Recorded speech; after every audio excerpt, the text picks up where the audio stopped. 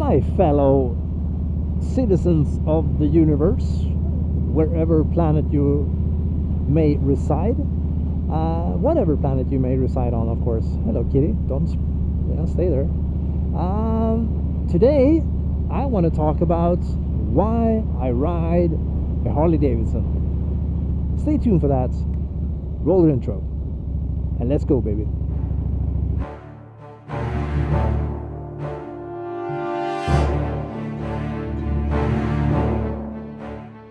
Hello everybody again, and welcome. Thank you so much for tuning in.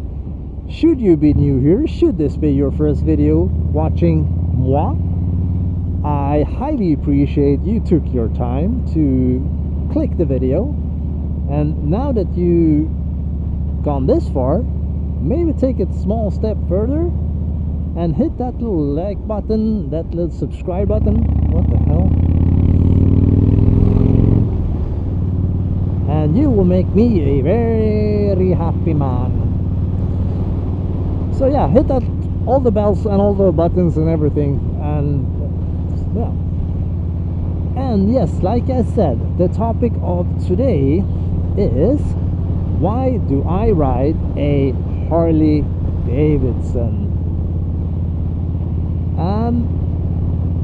I think I have to go way back in my life. Maybe I was, I don't know, 10. I was very young, a very young boy. I have been young at some point in my life. I always liked vehicles. Of course, first cars. You know, all young boys play with cars. Most young boys. I'm not trying to be stereotype here. I played with cars and I really liked it. But then my interest also came to include motorcycles. I found them to be, you stay there, thank you so much. I found them to be very intriguing and interesting, and at the time I kind of enjoyed the sound of them. I still do, but that's, I think, what's caught my attention first, the sound. And I saw them riding around, and I mean, by the time I was around 10, it wasn't even the 1990s to be specific, if you didn't figure that one out. And if you look at motorcycles from the 1980s, they were kind of, how to say it, many of them were kind of boxy. They were not like flown shapes like you have all the bikes today with their nice fairings and all that stuff. But the Harley Davidsons, they really stood out. Yes, I know that there were other manufacturers as well, like Triumph, you had Indian, of course, but where I lived, those were extremely rare. And the other thing that was fairly common, except the other brands, was the Harley Davidson. So I thought that they really stood out in the flock of motorcycles. And they as well made a fabulous sound. So there and then I said to myself, maybe not there and then, but when I was around, I don't know, 14, 15 maybe, I made a promise to myself that before I turn 30, I will have, where do I go, where do I go, I go here, left. I said to myself, by the time I'm 30, I will have my very own Harley Davidson motorcycle. as we all know, when we get older, life doesn't always turn out the way that we thought it would be. And so back in 2014, I think it was, late 2014, I did my first motorcycle license exam, and unfortunately I failed. At the time, I did not have nor the time nor the resources to continue, so that project got put on ice, and I passed 30. I never forgot my promise to myself. I just faced the music and says, yeah, I could not deliver. I was a bit, disappointed maybe, but it was fine. But then many years later, I finally managed to get my motorcycle license. And before I got my license, I thought, okay, what bike should be my first bike? And I started window shopping, doing a hell of a lot of reading and watching many hours of review videos of motovloggers, everything on any bike I could find that wasn't like crazy expensive and didn't seem like a suicide machine. I didn't want to start off with like a CBR 1000 RR because I'm not an idiot. I think if that was your first bike, I don't know what to say.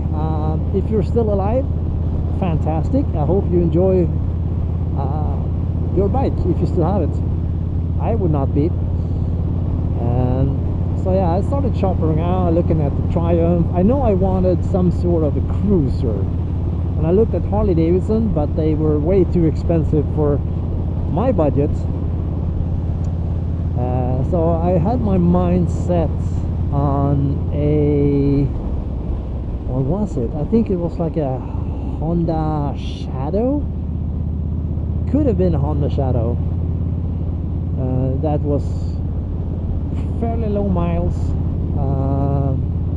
in pretty good condition, and at a reasonable price.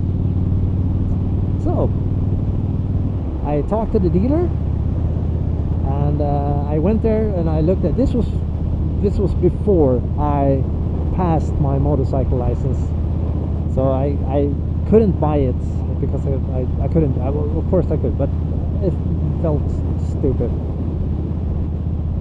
So, and the day that I passed my motorcycle license, I went into again, consulted the internet as you do, and I stumbled upon a dealer that I haven't seen before or heard of in the city where I was living, and they were mainly a Ducati dealership. And I thought, well, that could be cool. I mean, they are not cruisers per se, but I sort of always had a good eye for the Ducati Monster. I thought it's yeah, I know what you're thinking, but I thought this was a cool bike. So I checked their website, and there was this white, beautiful Harley Davidson Sportster, and I checked the mileage, and it was a 2006 model, and taking now, this is now 2019, so it was fairly old. It was like, yeah, 13 years old bike, and still low mileage, and at a very reasonable price for what it seems, at least. So the day after I took my license, I went to this dealer, I looked at the bike, I test rode the bike, I bought the bike. This is like very next day after I passed my license. And it just so happened I couldn't get the bike delivered to me on that day, which was a huge bummer. So I had to wait a few days, but yeah, that was again my first bike. And my first bike was a Harley Davidson, which pretty much what I had promised myself as a very, very young boy. Those of you who have followed the channel, and those of you who know me a little bit, knows that I absolutely love Harley Davidson. But you also know that I'm a huge fan of everything motorcycle related. Do I love all bikes? No, of course not.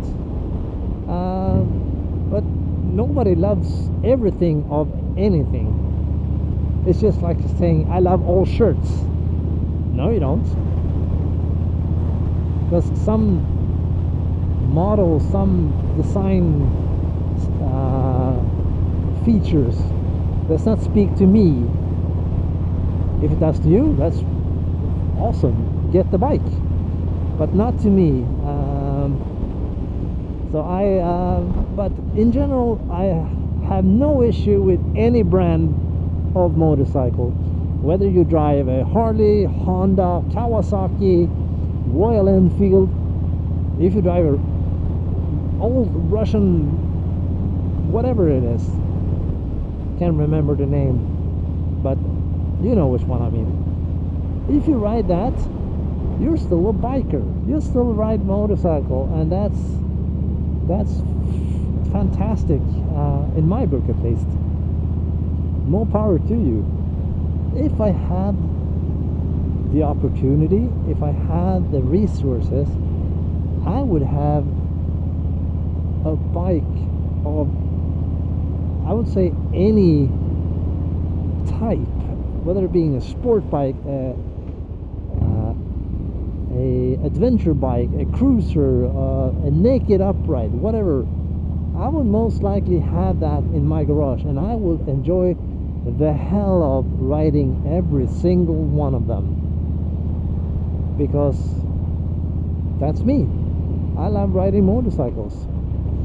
If you come up to me and say, hey man, I know you ride a Harley, I ride a Honda, I guess you don't want to ride with me. First of all, thank you for coming up to me and asking if I want to ride with you, because I would take that as an invitation. Second of all, why wouldn't I want to ride with you? I mean, give me a reason. Is the biker community that's narrow-minded, that we say that we look down on other people riding motorcycles? I mean, come on, that's like kindergarten stuff. Oh, you have a wrong set of, I don't know, buckets, you're not allowed to play with us. All right, screw you then. I go play with someone else who has a similar bucket, or wants to play with me in my bucket. I know I'm very fortunate to be able to ride this amazing machine. I wish more people would know how incredibly privileged they are. I mean, look at this view, guys, come on. This is what I mean with being privileged. Anyway, guys, I'm not going to be very long, as I tend to be always. Make sure again that you are subscribed to the channel. Make sure you like the video, or dislike if you didn't like it, of course. It's a free world still in some parts. Comment what you think. Comment Have you made a promise to yourself that took a little too long to fulfill? Let me know. We're all human. That's been it, guys. Thank you so much for watching. Make sure you ride safe and always ride smart. And until the next time, take care. Bye.